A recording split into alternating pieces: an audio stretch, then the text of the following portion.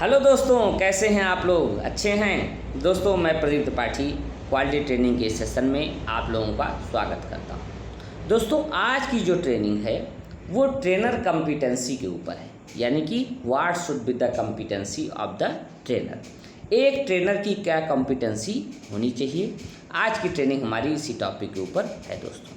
तो दोस्तों, training start करने के पहले डॉक्टर APJ अब्दुल कलाम की एक अच्छी सी कोटेशन है जो मैं आपके साथ शेयर करना चाहूँगा।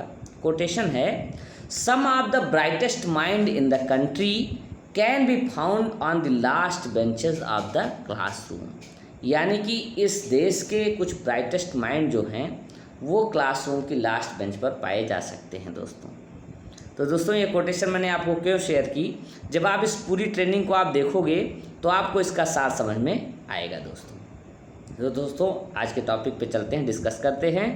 टॉपिक है कि what should be the competency of the trainer, या how we will define the competency of the trainer. कैसे हम एक ट्रेनर की कॉम्पिटेंसी को डिफाइन करेंगे और उसकी कॉम्पिटेंसी क्या होनी चाहिए दोस्तों।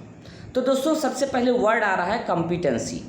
तो मैं आपको बताना चाहूँगा, कॉम्पिटेंसी वर्ड जो है वो दो शब्दों से मिलकर जुड़ा है, वो है नॉलेज और स्किल। तो कॉम्पिटेंसी को समझने के पहले हमको क्या समझना पड़ेगा, नॉलेज और स्किल को समझना पड़ेगा। तो दोस्तों, नॉलेज क्या है?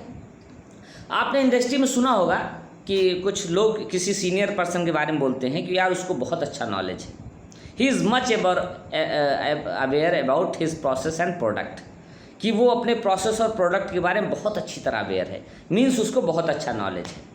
तो सिंपल शब्दों में, जर्नल भाषा में क्या है नॉलेज का मतलब, कि how much you aware about your product, about your system, about your process, that is the knowledge. कि आप अपने सिस्टम, प्रोसेस, प्रोडक्ट के बारे में कितना अवेयर हैं, यही आपका नॉलेज होता है दोस्तों। दोस्तों, अगर हम इसको एक डिफिनेशन के तौर पे व्यक्त करें तो ह्यूमन और organizational asset enabling effective decision and action in the context is called knowledge दोस्तों।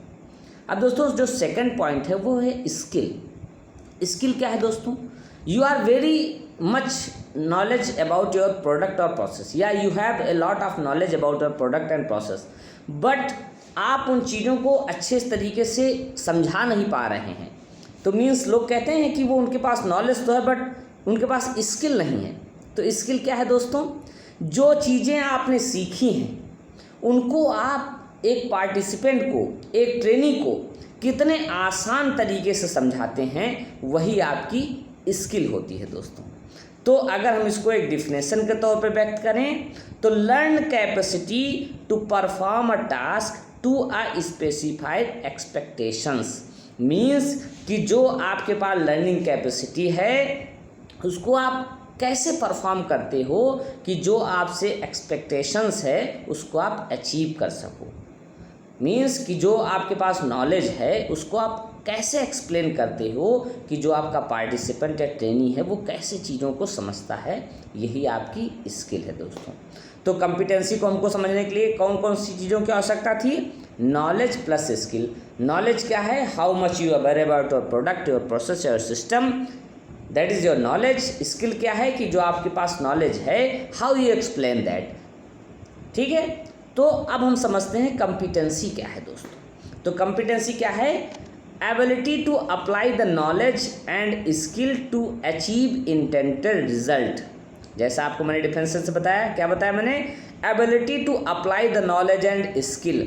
जो आपके पास नॉलेज था, जो आपके पास स्किल थी, उसको आपने ऐसा अप्लाई किया कि आपको एक इंटेंडेड रिजल्ट मिल गया, जो आप चाह रहे थे वो रिजल्ट आपको मिल गया, दैट इज़ कॉम्पिटेंसी।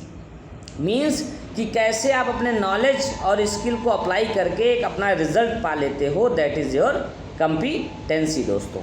तो कॉम्पिटेंसी किन चीज़ों से मिलकर बनी है? नॉलेज प्लस स्किल दोस्तों। तो इस तरह हमने एक समझा कि व्हाट इज़ कॉम्पिटेंसी दोस्तों। अब what is the competency of trainer. एक ट्रेनर की क्या कॉम्पिटेंसी है? तो जो सेम जैसा मैंने कॉम्पिटेंसी आपको बताया वही एक ट्रेनर की भी कॉम्पिटेंसी है।